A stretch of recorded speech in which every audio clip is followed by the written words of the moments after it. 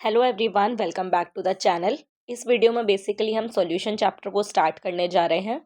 ये video lecture basically board classes like 12th class board class के साथ साथ अगर आप नीट और जेई के लिए प्रिपेयर कर रहे हैं तो उनके लिए भी ये बहुत ज़्यादा हेल्पफुल है। अगर आप कोई अदर एग्ज़ाम के प्रिपरेशन कर रहे हैं जहाँ पर आपको इस चैप्टर की नीड है तो वहाँ पर भी ये चैप्टर आपके लिए बहुत हेल्पफुल होगा, क्योंकि मैं बोर्ड एग्ज़ाम्स के साथ साथ बाकी सारी चीज़ों को भी लेकर चलूँगी।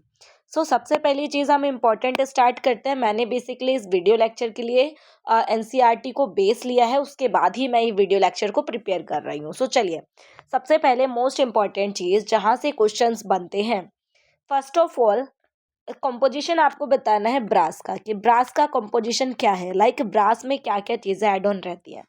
तो ब्रास के लिए अगर मैं बात करूँ तो ब्रास में क्या होता है, कॉपर और जिंक। एक साइड लिख लेते हैं, क्या लिखा है हमारे पास, ब्रास के लिए क्या है, कॉपर और जिंक। ठीक है, अभी मैं इनका ट्रिक भी बताऊंगी, पहले मैं फर्स्टली लिख लेती हूँ। उसके बाद क्या है, जर्मन सिल्वर।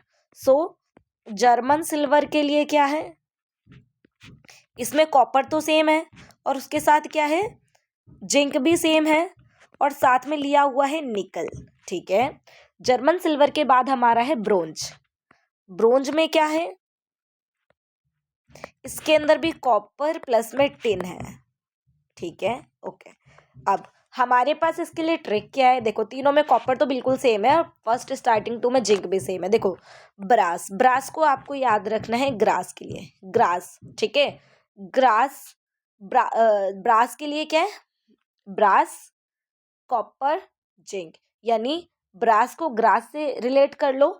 ग्रास कट कर दी, हाँ जी, ग्रास कट कर दी, हाँ जी, ग्रास कट, कट यानी सीयू, हाँ जी यानी जिंक। ठीक है, तो ब्रास को ग्रास, ग्रास कट कर दी, सीयूटी जिंक। ठीक है, सही है, ओके। नेक्स्ट है जर्मन सिल्वर। जर्मन सिल्वर में देखो ये दो तो सेम है, बिल्कुल कॉपर और जिंक सेम है। उसके बाद निकल और एड ऑन करना है। कैसे ट्रिक याद रखोगे, देखो सिल्वर और निकल, सिल्वर में भी IL है और निकल में भी IL है, इस तरीके से आप याद रख लेना। ठीक है, सिल्वर निकल, ओके।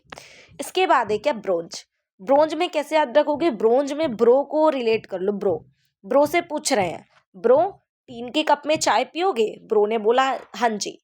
ब्रो से पूछा 1 कप चाय पियोगे, कौन सा कप था वो, टिन का कप था, टिन के कप में चाय लोगे, तो ब्रो ने बोला यस।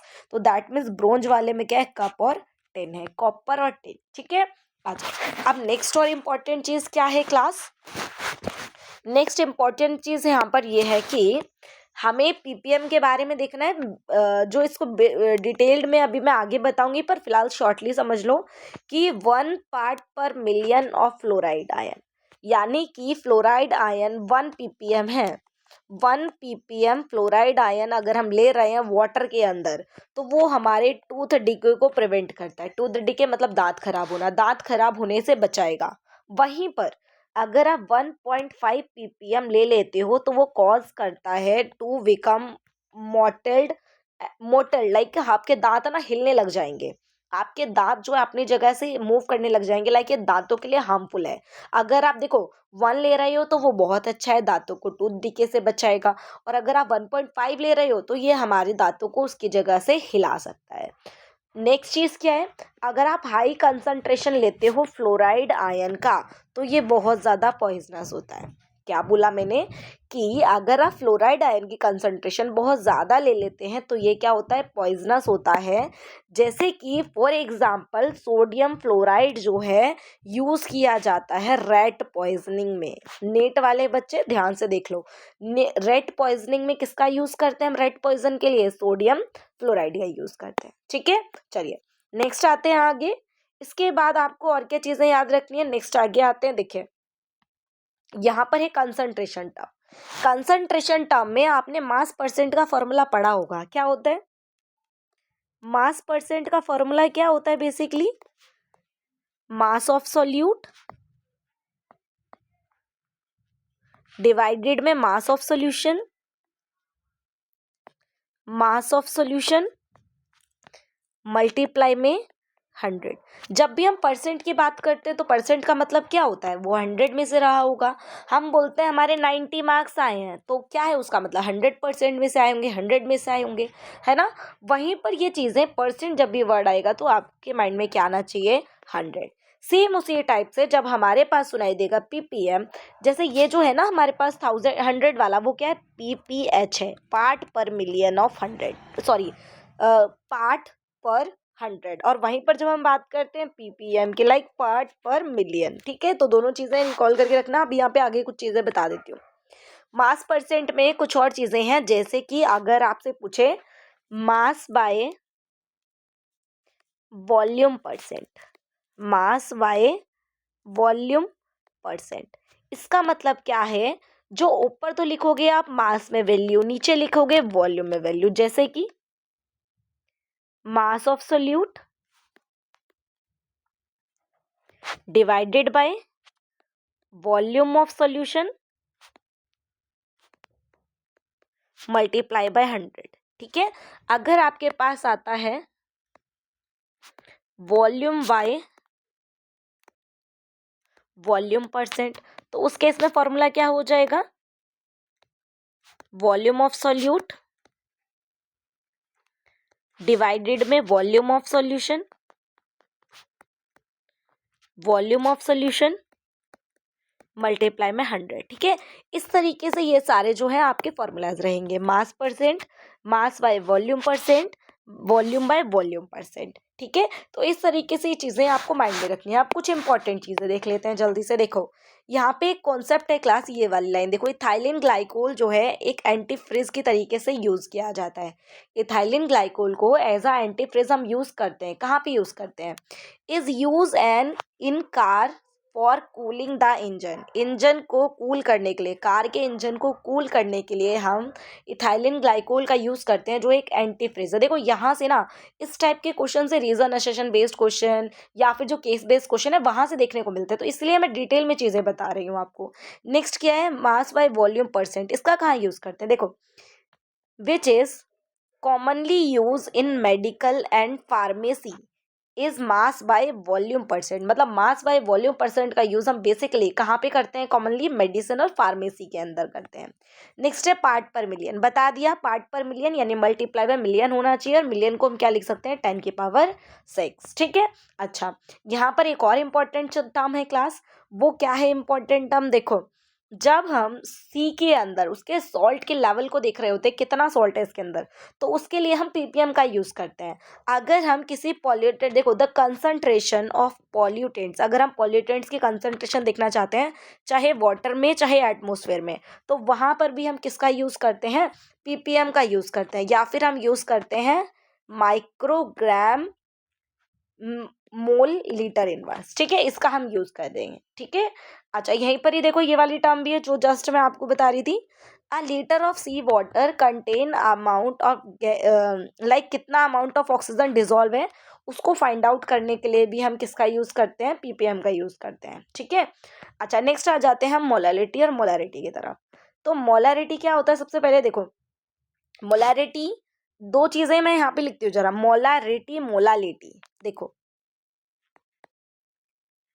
मोलारिटी मोलालिटी, ट्रिकली चीज़ें बता रही हूँ, पहले ट्रिकली चीज़ें देखो उसके बाद हम आगे चलेंगे। देखो मोलारिटी मोलालिटी, यहाँ पर आपको एक चीज़ समझ आ रही है क्या, लीटी, लीटी मीन्स लिटिल होता है, लीटी मीन्स लिटिल होता है यानी स्मॉल, और लीटी मीन्स लीटर भी होता है। ठीक है, तो मोलालिटी, लीटी मीन्स हमें लिटिल एम का यूज़ करना है, दैट मीन्स ये स्मॉल एम से इसको रिप्रेजेंट करेंगे, और मोलारिटी को कैपिटल एम से रिप्रेजेंट करेंगे। मैंने बोला मोलालिटी का मीन्स लीटर भी होता है, पर लीटर यहाँ नहीं आएगा, लीटर कहाँ आएगा, इसमें आएगा। ठीक है, और इसमें क्या आएगा, केजी। अब ये तो हुआ बेसिक, अब आगे चलते हैं डिटेल में क्या है। देखो मोलारिटी क्या रहेगा यहाँ पर, मोलारिटी में बेसिकली हम ये करते हैं, फॉर एग्जाम्पल हमारे पास एक बीकर है जिसमें कि मैंने कुछ सोल्यूट लिया है, और उसके अंदर एक लेबलिंग की हुई है जहाँ पे लेबल है ये लाइक 1 लीटर का लेबल है। अब हमने क्या करा, कुछ सोल्यूट इसमें ऐड ऑन करा है, जिससे हमें पता चला इतना एरिया कवर अप हो चुका है। अब हमें उसके अंदर डालना है सॉल्वेंट, लाइक ये क्या था, ये था यहाँ पर सोल्यूट जो हमने डाल रखा है, उसके बाद हमने क्या डाला है यहाँ पर, सॉल्वेंट डाला है। तो सॉल्वेंट हम इसमें कितना डालेंगे, इस लेवल को बस इसको मेक ओवर करेंगे, ये जो लेवल है सिर्फ इतना ही फिल करेंगे। लाइक पूरा जो सोल्यूशन है हमारा 1 लीटर होना चाहिए, उसी के अंदर सॉल्यूट सॉल्वेंट दोनों चीज़ें ऐड होना है। क्लियर है? तो ऐसे केसेस में हम उसको क्या बोलते हैं, मोलैरिटी कहते हैं। ठीक है, मोलैरिटी कहते हैं, जिसमें हम मेक ओवर करते हैं। अब इसमें क्या होता है, बेसिकली इसके डेफिनेशन क्या होगी, number of moles of solute dissolve in पर लीटर ऑफ सॉल्यूशन। ठीक है, पर लीटर ऑफ सॉल्यूशन। क्लियर है? तो इस तरीके से ये हमारा फॉर्मूला बन जाएगा। बी देखो यहाँ पर जो एन बी है, number of moles of B solute के लिए यूज करते हैं, बी हम यूज करते हैं सॉल्यूट के लिए, और ए यूज करते हैं किसके लिए, सॉल्वेंट के लिए। क्लियर है? चलिए, क्योंकि इसमें जो नीचे मैंने सॉल्यूशन क्यों लिखा, क्योंकि कंप्लीट सॉल्यूशन ही हमारा 1 लीटर होता है। ठीक है, अच्छा इसके और भी कुछ फॉर्मूलेज हैं, इनको देखो फटाफट। यहाँ पर ये जो नंबर ऑफ मोल्स है, ये जो नंबर ऑफ मोल्स है, इसका फॉर्मूला क्या होता है, given mass upon molecular mass. Given mass कौन सा होता है, जो हम वेट करते हैं, वेट मशीन से जो हम मेजर करके लाते हैं। लाइक फॉर एग्जाम्पल मेरे पास 5 ग्राम NaCl है, तो मैंने ये मेजर करा होगा ना कहीं से कि 5 ग्राम है सिर्फ मेरे पास। तो ये जो गिवन मास है, गिवन मास होगा ऊपर लिखेंगे, और जो मॉलिक्यूलर मास है वो इसका जो कैलकुलेट करते हैं ना कि Na का 23.5 होता है और क्लोरीन का कितना रहेगा, उस तरीके से जो हम लिखते हैं वो आता है हमारा नीचे। ठीक है, इस तरीके से चीज़ें यहाँ पर रहने वाली हैं। तो क्या होता है, नंबर ऑफ मोल्स कैसे कैलकुलेट करते हैं, गिवन मास यानी weight, weight of solvent solute upon में मॉलिक्यूलर मास। ठीक है, या मोलर मास उसको हम कह देते हैं। इस तरीके से हमारा फॉर्मूला है, तो इसी को हमने यहाँ पे पुट करा है। एनबी की जगह पर हम क्या रख सकते हैं, वेट ऑफ सॉल्यूट अपॉन में मोलर मास ऑफ सॉल्यूट। ठीक है, मल्टीप्लाई में वॉल्यूम इन लीटर। ठीक है, इसके बाद अगर हमारे पास ये जो वॉल्यूम है मिलीलीटर में लिखा हुआ हो, तो उसके लिए फॉर्मूला क्या रख जाएगा, ऊपर जो है 1000 और लगा देंगे। तो कितने फॉर्मूलेज हैं जो हमें यहाँ पर लर्न करने हैं, बेसिकली देखो, फर्स्ट फॉर्मूला, सेकेंड, थर्ड, और ये फॉर्मूला हम कब यूज़ करेंगे, जब हमें डेंसिटी भी गिवन हो। यानी देखो ये फॉर्मूला डायरेक्टली बोर्ड एग्जाम्स में भी आप डायरेक्टली इसको पुटअप कर सकते हैं, कोई प्रॉब्लम नहीं होगी। और एक और चीज़ क्लास, ऐसा यूनिट लिखना कंपलसरी होता है। अगर आप ऐसा यूनिट लिखते हैं तो आपको एक्स्ट्रा मार्क्स नहीं मिलते, बट अगर आप नहीं लिखते तो मार्क्स जरूर कट हो जाते हैं। तो ये फॉर्मूला कब होगा, जब आपको डेंसिटी भी गिवन होगी। ठीक है, क्या गिवन होगी, डेंसिटी भी, ये कैसे रेज हो गया, डेंसिटी भी गिवन होगी उस केस में। ठीक है, तो क्या है कि percent mass multiply by 10 multiply by density divided by molar mass. ठीक है, ये फॉर्मूला आपका इस तरीके से हो जाएगा। नेक्स्ट क्या है हमारे पास, नेक्स्ट है हमारे पास मोलालिटी। मोलालिटी क्या होता है, मोलालिटी देखते हैं फटाफट।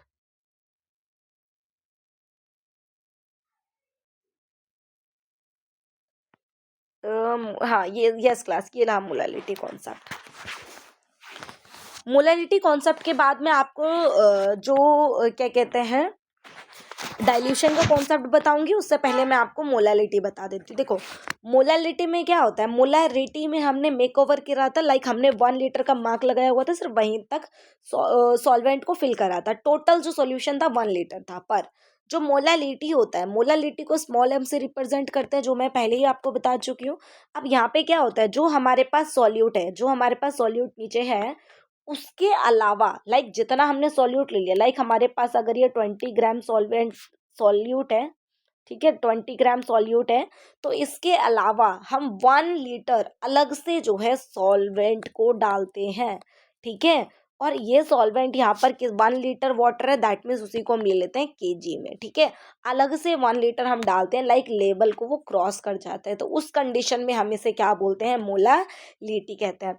अब मुझे एक बात बताओ, कौन सा ज़्यादा डाइल्यूशन, डाइल्यूशन चलो पहले अभी ये कर लो, उसके बाद मैं डाइल्यूशन पूछूंगी, तब मुझे बताना। देखो फॉर्मूला क्या रहेगा, molality equal to number of moles of solute dissolve in per kg of solvent. Solvent क्योंकि केजी 1 kg था ना सॉल्वेंट, जिसके अंदर हमने डिजोल्व करा। ठीक है, तो इस तरीके से फिर इसमें number of moles of solute के लिए फॉर्मूला क्या लगा सकते हैं हम, given weight of solute upon में molecular mass of solvent multiply by weight, sorry multiply by, ये क्या लिखा है, weight of solute in KG, solvent in KG. ए जो है चलो मैं लिख देती हूँ, W A क्या है यहाँ पर, सॉल्वेंट है, और जो जो हमारे पास WB है वो क्या है, वेट ऑफ सॉल्यूट है। दैट मीन्स सॉल्यूट के लिए B यूज़ करा है, सॉल्वेंट के लिए हमने A यूज़ करा है। तो यहाँ पर अब आपको कंफ्यूज नहीं होना है।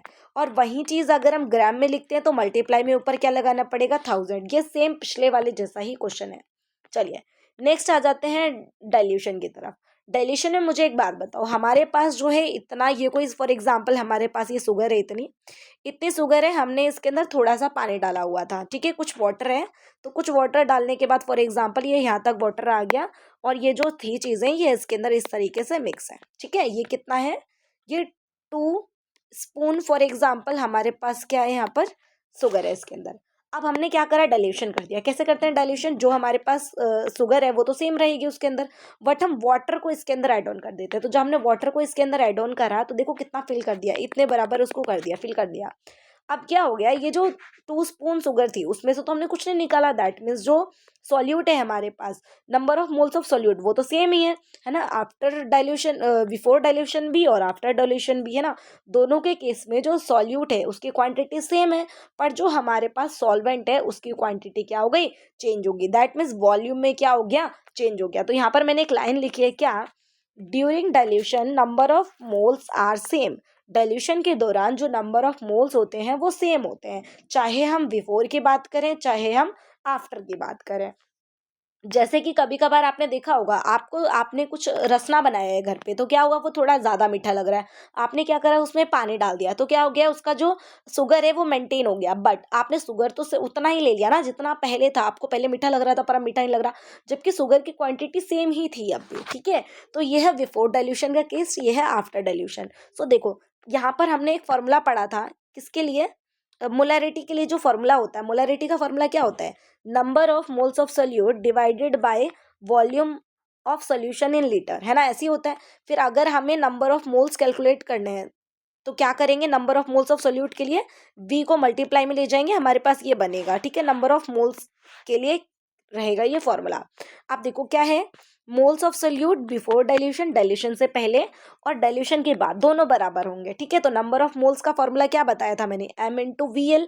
VL क्या है, volume of solution in litre. So यहाँ पर क्या है, पहले जो मोलैलिटी थी वो M1 थी और वॉल्यूम कितना था, वो V1 था। बट आफ्टर डाइल्यूशन क्या हुआ, जो मोलैलिटी है वो मोलैरिटी कितनी हो गई, 2, और जो वॉल्यूम कितना हो गया वो चेंज हो गया। लाइक वॉल्यूम इसमें बढ़ जाएगा, वॉल्यूम बढ़ जाएगा और जो मोलैरिटी है वो क्या हो जाएगी, कम, ठीक है।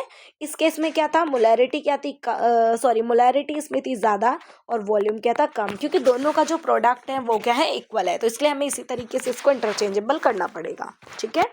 अच्छा अच्छा, यहाँ पे थोड़ा सा इरेज हो गया है, मोलालिटी, ठीक है क्लास, ये दोनों चीजें आपको क्लियर है। अब यहाँ पर देखो, अब मेरा एक क्वेश्चन है आप लोगों से कि मोलालिटी और मोलारिटी दोनों में से किसमें डाइल्यूशन ज्यादा होगा। तो देखो अगर मैं यहाँ पर आपको समझाऊं, ये है हमारे पास एक बीकर, कलर चेंज कर लेते हैं, ये है हमारे पास एक बीकर, ये मैं बात कर रही हूँ मोलालिटी। एक और है, नेक्स्ट क्या है, मोलैरिटी। तो दोनों के अंदर मैंने एक एक बीकर लिया और इस पे क्या करा था, मोलैरिटी में क्या करा था हमने, मोलैरिटी में ये 1 लीटर का मार्क है, इसमें भी ये 1 लीटर का मार्क है। तो मोलैलिटी के अंदर क्या था, सॉल्यूशन बाहर निकल गया था और इसमें क्या था, सिर्फ इतना ही सॉल्यूशन था। तो डाइल्यूशन किस में ज़्यादा होगा, आप बोलेंगे डाइल्यूशन किस में होगा, मोलैलिटी में ज़्यादा होगा, मोलैरिटी में कम डाइल्यूशन होगा, ठीक है। चलिए अब यहाँ पर एक और इम्पॉर्टेंट चीज़ है जो NCERT का कट में एक लेकर आई हूँ साथ में, तो इसको थोड़ा सा देख लेते हैं। देखिए क्या लिखा है, each method of expressing concentration of solution has its on merit और डिमेरिट। सभी के अपने मेरिट और डिमेरिट हैं। तो जो मास परसेंट है या PPM है या मोल फ्रैक्शन है या फिर मोलैरिटी है, तो जो मोलैरिटी है, फिलहाल मोलैलिटी है, मोलैरिटी नहीं है क्लास। तो जो मोलैलिटी है ये सभी इंडिपेंडेंट होते हैं टेम्परेचर पे, ये सभी इंडिपेंडेंट होते हैं टेम्परेचर पे, क्योंकि ये किस में होते हैं, kg में होते हैं, क्योंकि किस में होते हैं, kg में होते हैं, मास के फॉर्म में होते हैं। पर जो हमारा मोलालिटी है ना, मोलालिटी kg में होता है, पर जब हम बात करते हैं, वेट, मोलारिटी, आपने देखा था मोलारिटी क्या था, वॉल्यूम इन लीटर। तो वॉल्यूम लीटर में लिया गया था, इसलिए वॉल्यूम पे जो लिक्विड वाली चीज़ है उस पर तो टेम्परेचर का इफेक्ट पड़ेगा। दैट मीन्स जो मोलैरिटी है उसके ऊपर टेम्परेचर का इफेक्ट पड़ेगा, ठीक है। और बाकी सारी चीज़ें क्या थी, इंडिपेंडेंट ऑफ टेम्परेचर थी। Whereas molarity is a functional of temperature, function of temperature है। This is because volume depend on the temperature and mass does not, ठीक है। क्योंकि पिछली वाली सारी चीज़ें मास में थी, इसलिए मास के ऊपर टेम्परेचर का कोई इफेक्ट नहीं पड़ता। और दूसरी चीज़ किस में थी, वॉल्यूम में, इसलिए उसके ऊपर टेम्परेचर का इफेक्ट पड़ा था, ठीक है। नेक्स्ट आते हैं यहाँ पर मोल फ्रैक्शन। मोल फ्रैक्शन क्या होता है, मोल फ्रैक्शन फॉर एग्जांपल मैंने इस तरीके का एक सर्कल लिया, फॉर एग्जांपल ये एक रोटी है। इस रोटी की आधी रोटी अगर आपने खाई है तो आप क्या बोलते हैं, 1/2 बोलते हैं, लाइक पूरे का हाफ कर दिया। अगर मैं इसके 4 टुकड़े कर दूं रोटी के तो आप क्या बोलेंगे, 1/4 हो जाएगा। अगर मैं इसके 8 टुकड़े कर दूं तो आप क्या बोलेंगे, 1/8 बोलेंगे, ठीक है। अब यहाँ पर क्या था, मोल फ्रैक्शन क्या होता है, ratio of the number of moles of one component to the total number of moles of the component present in the solution. Like अगर इस पूरे सॉल्यूशन में 0.5% है तो हम क्या करते हैं, ऊपर 1 लिखा, क्योंकि एक ही परसेंट था, टोटल कितना था 2, इसलिए मैंने लिखा 2। इस वाले के लिए क्या था, 1 था, 1 हमने जो लिया है उसमें परसेंट है, बाकी टोटल था कितना, 8 था, इस तरीके से। फॉर एग्जाम्पल हमारे पास 2 कंपोनेंट है, एक सोल्यूट एक सॉल्वेंट है। लाइक ये क्या है, ये है हमारे पास सॉल्वेंट और ये क्या है हमारे पास सॉल्यूट है, ठीक है।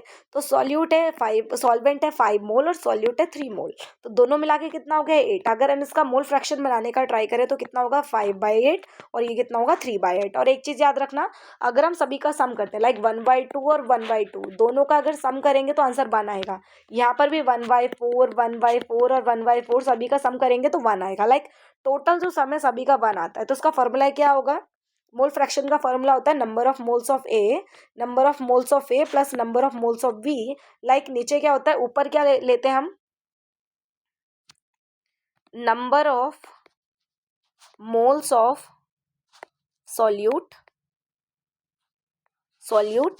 डिवाइडेड में number of moles of solution, ठीक है। इस तरीके से कंप्लीटली फिर लिखते हैं। फिर दोनों ए और बी का जो सम है ना वो इक्वल टू क्या आने वाला है, 1 आने वाला है। ये लाइन आपको ध्यान रखनी है। आगे आते हैं, क्या क्या लिखा है, मोल फ्रैक्शन एक यूनिट है जो बहुत ज़्यादा यूजफुल है in relating some physical properties of solution, जैसे कि वेपर प्रेशर हो गया with the concentration of the solution and. पर ये क्वाइट यूजफुल है, कम यूजफुल है कहाँ पर, describing the calculation of involving gas mixture. Gas mixture के लिए ये जो मोल फ्रैक्शन का कॉन्सेप्ट है ये थोड़ा कम यूजफुल है, ठीक है, बाकी चीज़ों के लिए ज़्यादा यूजफुल है। चलिए नेक्स्ट आते हैं यहाँ पर most important Henry law. Henry law को हम पढ़ेंगे नेक्स्ट वीडियो लेक्चर में। हेनरी लॉ, रॉल्ड्स लॉ हम वहीं पे कंप्लीट करेंगे। तो मिलते हैं नेक्स्ट वीडियो में। Thank you so much watching this video.